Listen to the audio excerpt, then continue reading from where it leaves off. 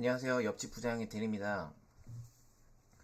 오늘은 중국 딥시크, 지금 최근에 굉장히 화두가 되고 있는 중국 AI의 어떤 논문 내용을 통해서 AI의 위협 요인과 어떤 개인적인 생각을 말씀드리도록 하겠습니다.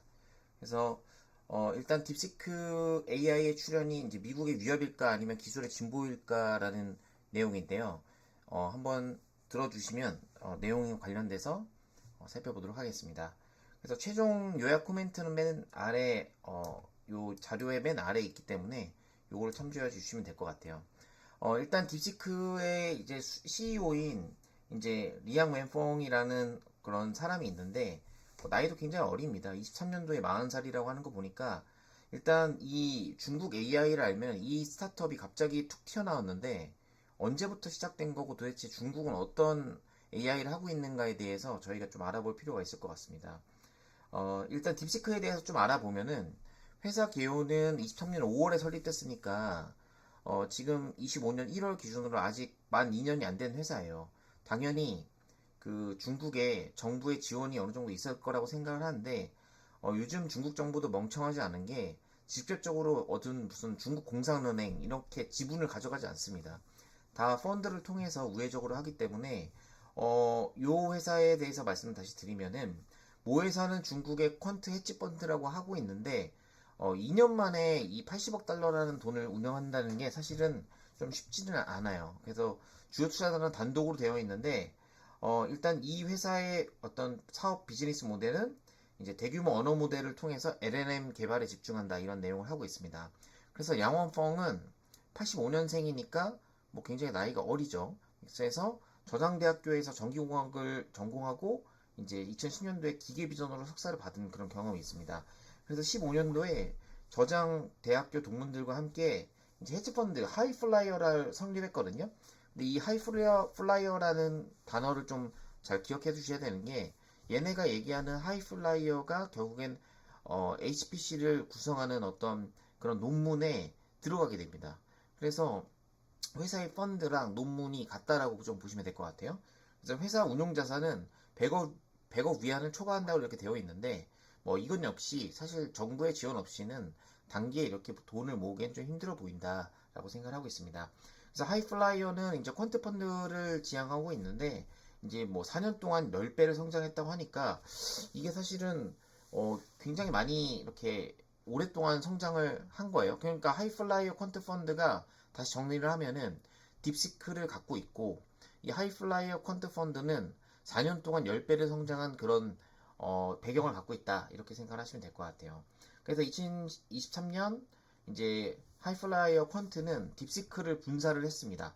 그래서 딥시크가 여기 보면 23년도에 분사했다고 하니까 개발자가 이제 타사 애플리케이션으로 구축하고 스타트업이 자체 챗봇을 만드는데 1년에 AI 모델을 출시했다 이렇게 생각을 하시면 될 것 같아요. 그래서 모든 모델은 이제 오픈 AI처럼 오픈 소스로 공개를 하지만 뭐 구체적으로 이런 뒤에 돌아가는 메커니즘이나 이런 것들은 오픈 안 하는 이런 것이 좀 차별화에 있고 뭐 기존 생태계에 기여하고 있다 이렇게 되고 있습니다. 좀 중국 정부의 좀 스탠스가 좀 바뀐 거를 좀 볼 수가 있는 게 25년 1월 달에 이 딥시크의 CEO인 량원평이 이제 베이징의 리창 총리가 주재하는 심포지엄에 참석해서 정부 업무 보고서를 초안에 대한 의견과 제안을 제공해달라는 요청을 받았어요. 그러니까 정부에서 이런 어떤 AI의 변화나 이런 것들에 대해서 뭔가 좀 해달라라는 요청을 받을 정도로 중국 내에서는 굉장히 인정을 받고 있다라고 보시면 될 것 같습니다. 그래서 하이플라이어 펀드 개요는 방금 말씀드린 거를 쭉과 같이 이렇게 쭉 읽어보시면 될 것 같은데 제가 뒤에서 다루고자 하는 내용이 뭐냐면 하이플라이어 AI HPC라고 하는 이 하이플라이어 펀드의 어떤 그 논문이 있습니다. 이 펀드 딥러닝을 이용해서 비용 효율적인 소프트웨어, 하드웨어를 공동 설계한 논문이 있는데 이 논문의 내용을 좀 읽어보면 도대체 어떤 스킴으로 여기가 AI 팀을 가지고 있나라는 걸 좀 알 수 있기 때문에 뒤에서 다시 한번 살펴보도록 하겠습니다. 일단 중국 정부가 AI 육성 의지가 있다라는 거는 좀 확인이 돼요. 아까 말씀드린 이제 그 이제 주재하는 정부에서 주재하는 이런 회의에 일단 CEO가 가서 이렇게 참석한 모습을 좀 저희가 알 수가 있고요. 그다음에 테크모트 컨설팅 창립자인 제프리 타운슨이 뭐라고 얘기했냐면 이제 AI가 이러한 행동들을, 이런 미팅에 참석한 걸 보고 국가의 전략적인 우선순위라고 한다라고 이렇게 언급을 했었습니다. CICC 회장인 이제 젠 리앙 역시 이제 중국 AI 산업에서 여전히 성장 가능성이 있다. 그다음에 향후 6년 동안 10조 위안, 1.4조, 미국에 대비해서는 좀 굉장히 낮은 액수죠. 그래서 투자할 수 있다고 언급을 했다라는 거예요. 그래서 일단 중국의 AI 시장도 저희가 생각하는 거 이렇게 인지도는 미국 대비 굉장히 낮지만 굉장히 많은 금액을 투자하고 국가적으로 투자하고 있다. 결국에 생존을 위해서죠. 그래서 뭐 이런 내용들이 뉴스가 이제 나와 있다라고 보시면 될 것 같고요. 일단 그래서 저도 이제 어떻게 보면 중국 이제 AI 어플이라고 하면 이제 좀 믿음이 안 가잖아요. 그래서 이런 내용들을 저렇게 찾아보니까 이제 엔비디아 수석 연구 과학자 짐 페인이 이제 딥시크 관련돼서 자료를 올려놓은 게 있습니다. 사실 이게 1월 22일이었거든요. 그래서 뭐 요때만 뭐 주식을 잘 피했어도 굉장히 해피했겠지만 어쩔 수 없지만 저희가 내용을 좀 살펴보도록 하겠습니다. 그래서 엔비디아 수석 연구 과학자 AI 에이전트 이니셔티브를 이끄는 이제 짐 펜이 이제 저희가 플랫폼 X 예전 트위터죠. 트위터에 올린 그 첫날 게시물이 1월 20일 날 올린 거였는데요. 딥시크의 업데이트된 이런 LLM을 출시한 이후에 바로 이제 올렸습니다. 그래서 짐 펜 박사는 얘기는 뭐냐고 했냐면 이제 기어 랩의 공동 설립자고 제네럴 로보틱스 및 피지컬 AI 분야의 프로젝트를 이끌고 있는 키맨이에요. 그러니까 엔비디아에서도 굉장히 큰 역할을 하고 있는 그런 이런 분이 오픈 소스에서 LLM 분야에서 올해 최대의 다크호스로 이제 딥시크가 떠올랐다라고 이제 언급을 한 거죠. 그래서 관련된 내용들을 좀 살펴보면 일단 이렇게 트위터에 이제 올렸습니다. 그래서 내용들을 쭉 읽어보면 사실 기술적인 내용이라서 저희가 뭐 100% 이해할 수는 없지만 어쨌든 이런 내용들을 올렸어요. 오픈 AI랑 비슷한 이런 스킨이 보인다. 근데 뭐 가격이 떨어지거나 이런 것들은 이제 투자들이 이제 걱정을 하는 거죠. 이제 원가가 또 훨씬 덜 들지 않았을까? 그래서 딥시크 R1 지금 이제 런칭한 모델은 후속 모델입니다. 지금 나와 있는 어떤 자료들이나 이런 것들은 그래서 오픈 소스로 제공을 할 뿐만 아니라 모든 훈련 비밀을 유출한다. 그래서 이 프로젝트는 아마도 이제 지속적인 성장을 보여드는 OSS급 프로젝트일 거라고 이제 언급을 했습니다. 뭐 큰 중요한 내용이다 이런 내용이라고 이해하시면 될 것 같아요. 그래서 아까 말씀드렸던 하이플라이어 HPC에 관련된 딥시크가 초기에 발표한 논문이 있습니다. 그래서 이 내용들을 저희가 좀 보면서 이 내용들이 좀 내용이 어려운데 저도 뭐 100% 이해한 건 아니지만 어떤 스킴으로 되고 있나 그러면 하드웨어에 어떤 영향을 주나 이런 것들을 좀 살펴보도록 하겠습니다. 그래서 일단 23년 12월에 딥시크의 벤치마크 테스트에서 부족한 예산으로 이제 메타 플랫폼과 챗 GPT를 만든 오픈 AI보다 우수한 성능을 실현했다는 게 이제 주는 핵심 포인트예요. 그래서 지금 어떻게 보면 인터넷에 난리가 난 거죠. 그래서 지금 보면은 일단 여러 가지 이제 내용들을 여기다 써놨습니다. 이 내용들을 제가 이제 번역한 내용들을 여기다 올려놨는데 이 내용도 한번 쭉 읽어나시면 될 것 같고요. 그 다음에 뭐 원론적인 얘기예요. 사실 논문이라는 게 어떻게 보면은 본인의 로직을 제시하고 이 로직에 대한 백데이터를 제시하고 결과물을 제시하는 어떤 일련의 과정인데 결론 자체는 굉장히 간단합니다. 저렴한 비용을 통해서 효율적인 AI를 구축했다라고 하는 거죠.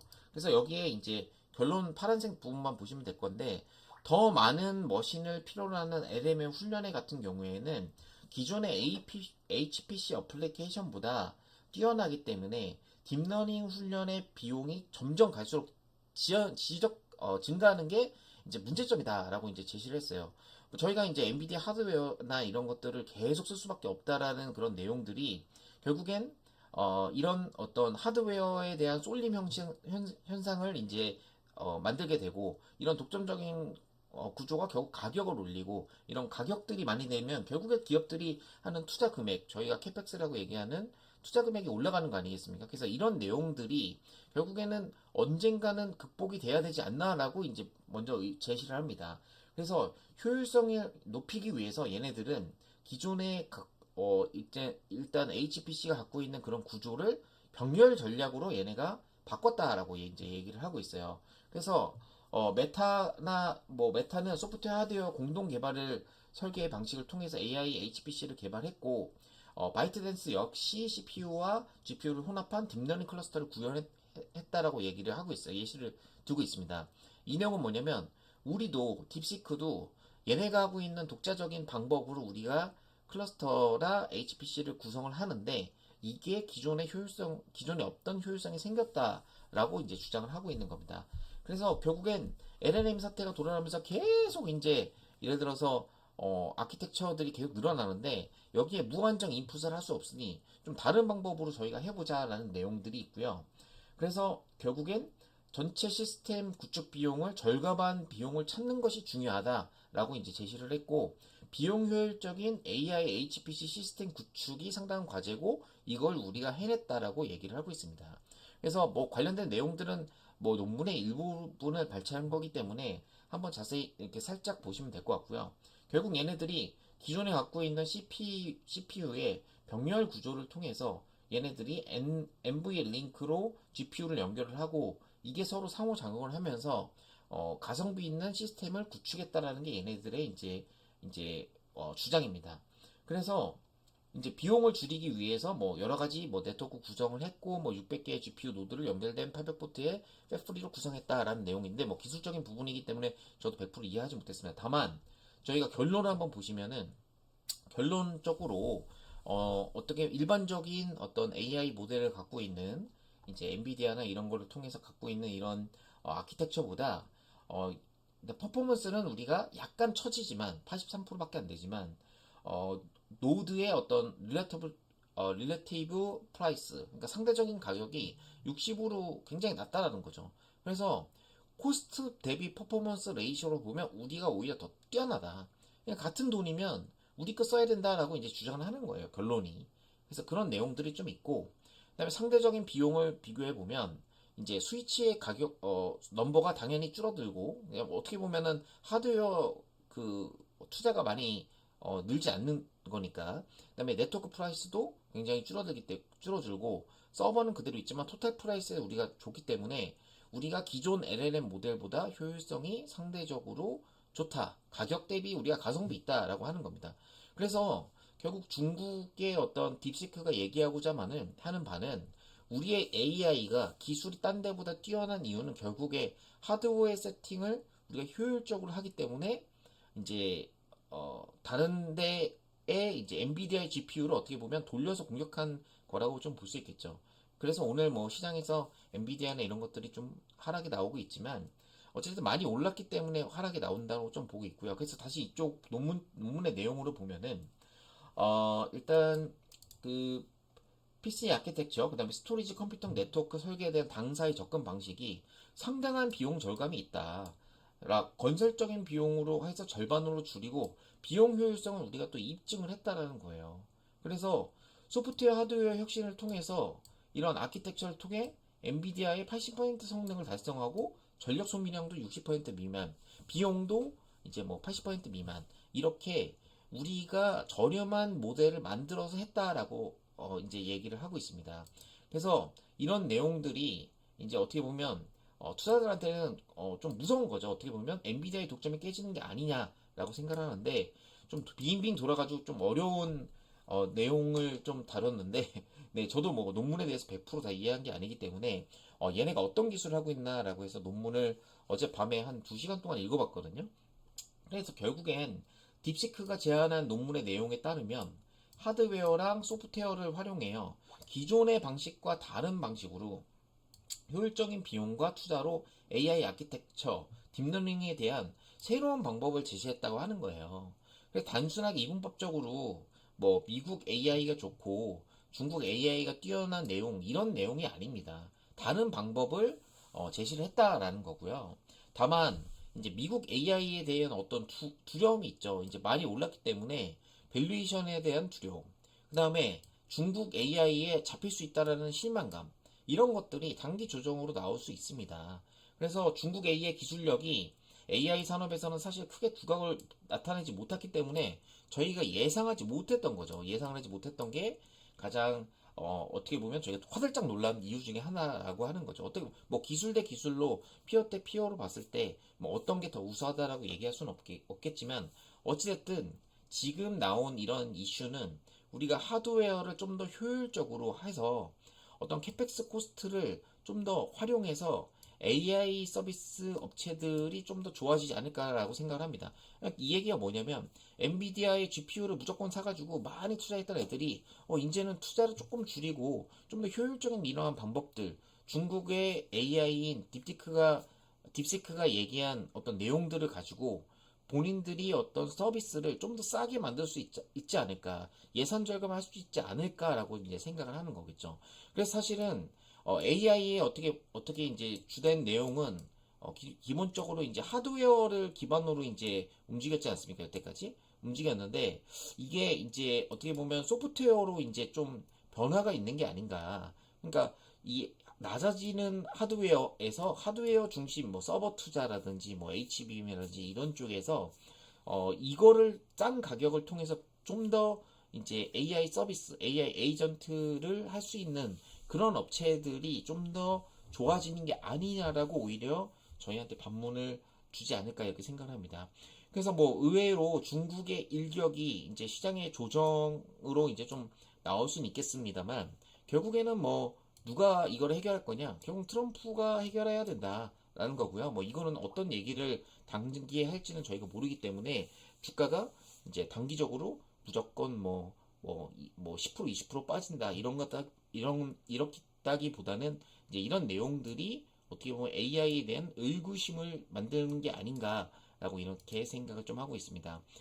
두 번째로는 이제 오픈 소스를 통해서 본인들도 학습을 했고 본인들도 훈련 비밀도 오픈 가능한 프로젝트를 이러한 방법론이 효율적으로 이제 입증이 된다면 아무래도 이제 무제한적인 예산과 이제 캐펙스가 필요하다는 이런 인공지능보다는 현실적인 인공지능에 대한 사람들의 니즈가 이제 어떻게 보면 나올 수 있는 거죠. 그래서 사실 저희가 무조건 이런 하드웨어 LLM 모델을 돌려서 일단 캐펙스 투자, 그러니까 엔비디아 GPU를 무조건 사가지고 막 서버 구축도 하고 이런 시스템, HPC 구축도 하고 이런 것들을 해야 되는 게 무조건적인 게 아니라는 어떤 제시를 해줬다는 게 어떻게 보면 기술의 혁신이라고 저는 좀 보고 있습니다. 여태까지 우리는 왜 이거를 몰랐었나? 라는 이런 내용이죠. 그래서 아무래도 뭐 빅테크들 같은 경우에는 뭐 예산을 뭐 해서 단기적인 조정이 있을 수밖에 없죠. 당연히 조정 있을 수밖에 없지만 예산이 오히려 줄어들고 서비스 예산이 이렇게 예를 들어 투자가 좀 줄어들고 서비스가 오히려 이렇게 가격을 낮출 수 있는 방법론이 미국이 금방 따라간다면 결국엔 요만큼이 또 이익으로 이제 요 사이가 이익으로 나오는 거거든요. 그래서 중장기적으로는 뭐 아주 나쁘지만은 않다라고 이렇게 생각을 좀 하고 있습니다. 그래서 이러한 어떤 내용들은 결국 미국의 오히려 부채 문제나 이런 것들을 어떤 안고 있는 미국, 그러니까 어떻게 보면은 AI 산업을 키우는 데 있어서는 미국도 정부의 예산을 계속 써야 되는 그런 입장인데 정부 예산을 좀 줄일 수 있는 그런 내용이니까 어떻게 보면 인공지능 산업에 대해서 성장의 발판이 될 수도 있겠다라는 생각이 좀 들고 있습니다. 그래서 중국에서 촉발된 이런 AI의 어떤 뭐 이런 그 조그만 바람이 어떤 전반적인 인공지능 산업에 큰 영향을 줄 수 있지 않을까 이렇게 생각이 되고요. 뭐 단기 주가는 당연히 많이 올랐기 때문에 기간 조정이 나올 수도 있습니다만 과연 이럴 때 미국이 어떻게 대응할 것인가? 뭐 전반적인 어떤 헤게모니가 뭐 미국에서 중국으로 바로 넘어가지는 않을 것 같습니다. 왜냐하면 지금 중요한 게 딥시크가 제안하는 이런 싼 AI의 프로그램, 어떤 AI 서비스, AI의 어떤 구축 이런 알고리즘을 통해서 이걸 통해서 결국에 해야 되는 거는 AI의 서비스 에이전트거든요. AI의 어떤 접목을 통해서 이걸 통해서 돈을 버는 업체들이 나와야 되는데 중국이 물론 미국보다 이런 게 만약에 활성화되면은 빨리 따라올 수는 있겠지만 지금 미국이 구축되어 있고 어떤 엔비디아의 GPU를 통해서 많이 구축해 놓은 이런 시스템에서 단기에 따라오기에는 좀 전반적인 쉽지는 않아 보입니다. 그래서 미국의 패권은 여전히 위에 있지만 이런 중국이 던진 화두가 결국에 AI 산업에서 지금 굉장히 포커싱이 되고 있다라고 생각을 하시면 될 것 같습니다. 이상 옆집 부자영의 댄이었고요. 네이버 프리미엄 콘텐츠 링크를 달아줄 테니까 한 달 동안 내용이 무료입니다. 그래서 이런 내용들 좀 보시면서 곰곰이 생각을 좀 해보시면 좋겠습니다. 네, 시간 되시면 구독과 좋아요 부탁드리고요. 이상 댄이었습니다. 감사합니다.